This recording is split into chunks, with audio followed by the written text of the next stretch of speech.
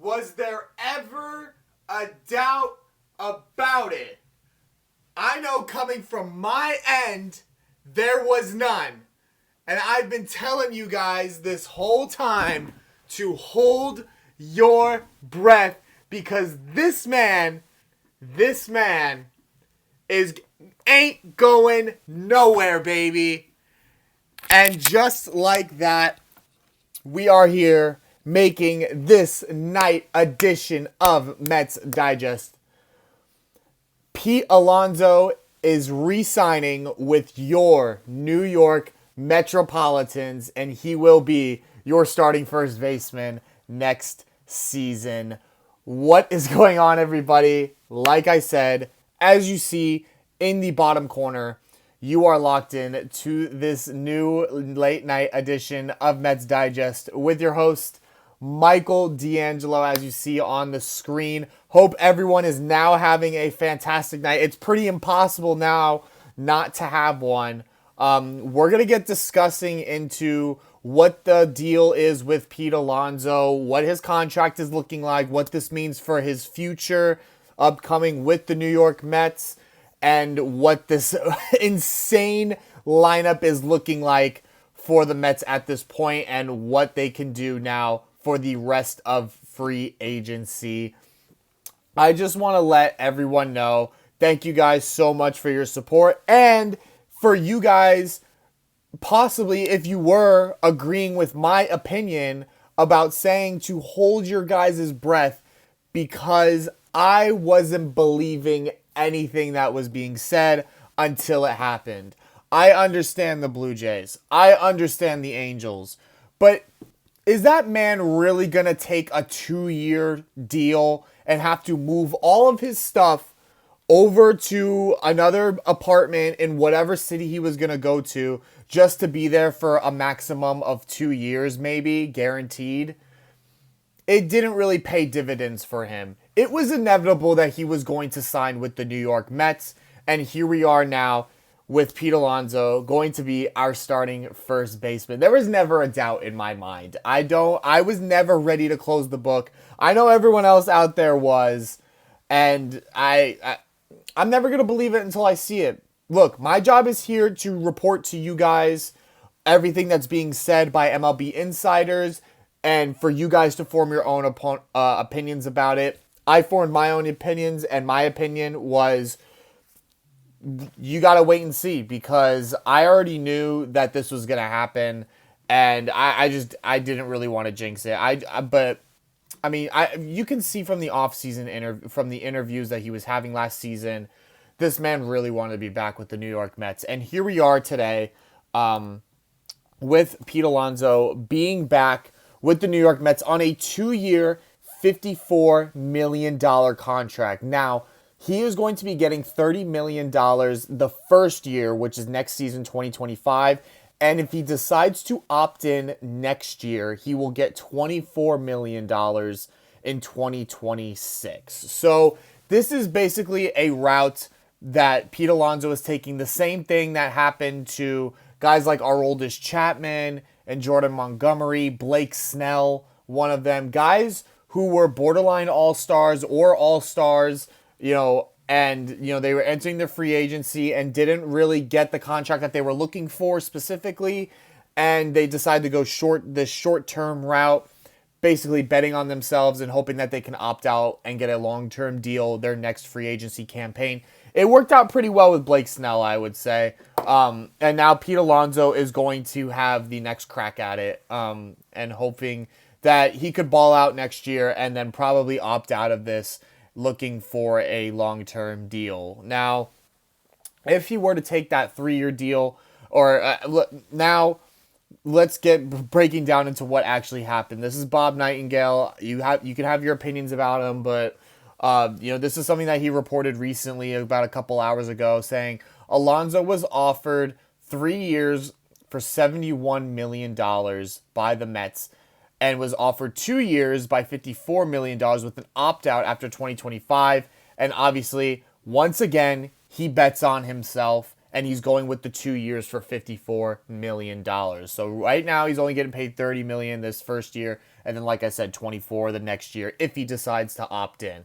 So he leaves another $25 million on the table so that he could possibly strike a long-term deal after this season. You got to remember, he's already 30 years old, about to be 31 years old. So if he's really going to be looking for a long-term contract, you kind of got to, you can't lock yourself up right away, especially at this age.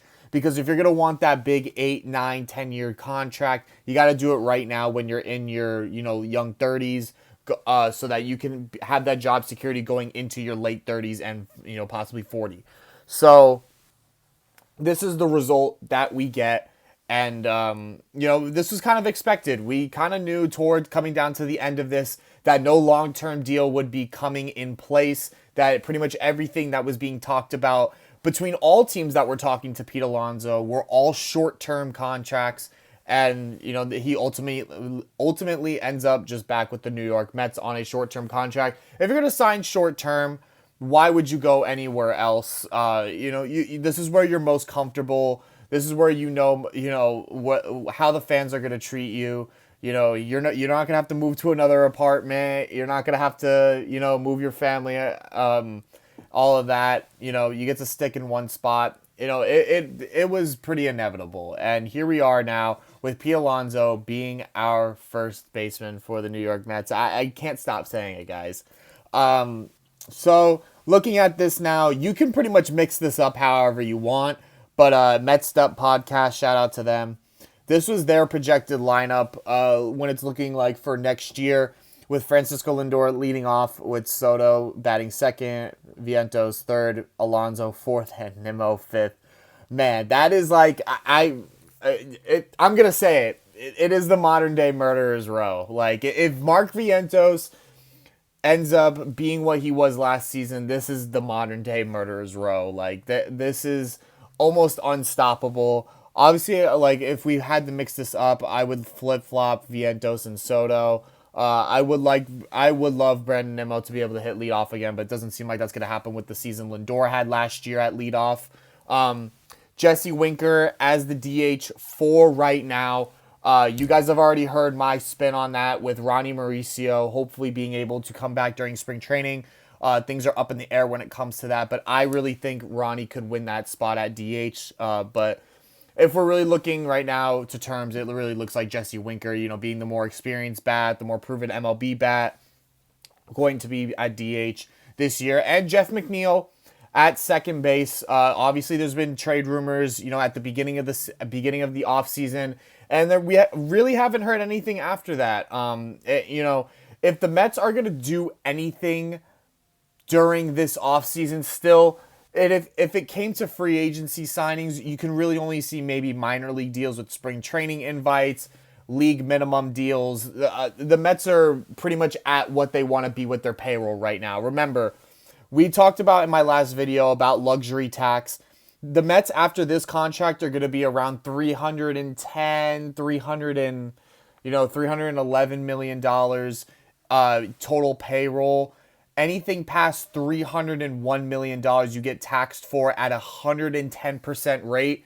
And this was about the max amount that the Mets wanted to go. So that likely means that our fan favorite, Jose Iglesias, will not be returning. You saw we signed Nick Madrigal to a minor league contract with a major league invite or a spring training invite, whatever. So that is really likely your Jose Iglesias replacement right there. Because the Mets aren't going to be wanting to spend much more than what they have right now. So you got to really look at trades at this point. Now, like I said with Jeff McNeil, he is probably your most likely trade candidate besides the prospects. So when it comes to major league talent, Jeff McNeil, in my opinion, is the most likely to be traded. But, guys like Drew Gilbert, Ryan Clifford, Ronnie Mauricio, which I think he should be untouchable, but that's my opinion. Kevin Parada, Brandon Sproat, who has been thrown around a little bit, but it probably won't happen. Those are, guys we're looking to dump to possibly get more pitching because We've heard the rumors so far. I know Flobo's made videos about Dylan Cease and Michael King possibly being targets for the Mets, especially Dylan Cease. But, at a 1-year rental, do you really want to give up your number one pitching prospect who was just ranked number 38 in the entire MLB? I don't really think so. The Mets are going to need young pitching coming up to this season, especially with Kodai Senga having an opt-out after this year. A lot of pitchers that were signed this year can opt out of their, short-term contracts. So you need all the pitching prospects you can get right now and the pitchers under contract you can get. I really like Luis Castillo as a possible target, but, Mariners are also trying to cut payroll too, so that would have to be somebody that you would have to give prospects to. But this is what we have right now. This is what we're looking at with our lineup, with Jose Siri rounding it out in center field. And, I mean, looks like we're pretty locked and loaded, ready to go. So that is all I have for you guys here today on Mets Digest. Of course, go crazy in the comments, y'all. Celebrate it. Have a glass of wine tonight. I don't know, whatever you guys, like to drink or whatever is your guys' pleasure, have it, because this season is going to be absolutely amazing, and I can't wait to see the resounding ovation that we give Pete Alonso on opening day. It is just going to be like a holiday for him, and he deserves it. All the world to him, especially after what he did for us in the playoffs last year. And that's all I have for you guys here today on Mets Digest. Make sure you guys subscribe down below. We're at a little under 3.7K subscribers. At 4K, I'm doing a giveaway, and it's going now with Pete Alonso signing. This is going to be a big giveaway, and I'm gonna make it worth it for you guys. So try and get us to 4K subscribers, and I got you guys. So I will see you guys in the next video, and please have a great night.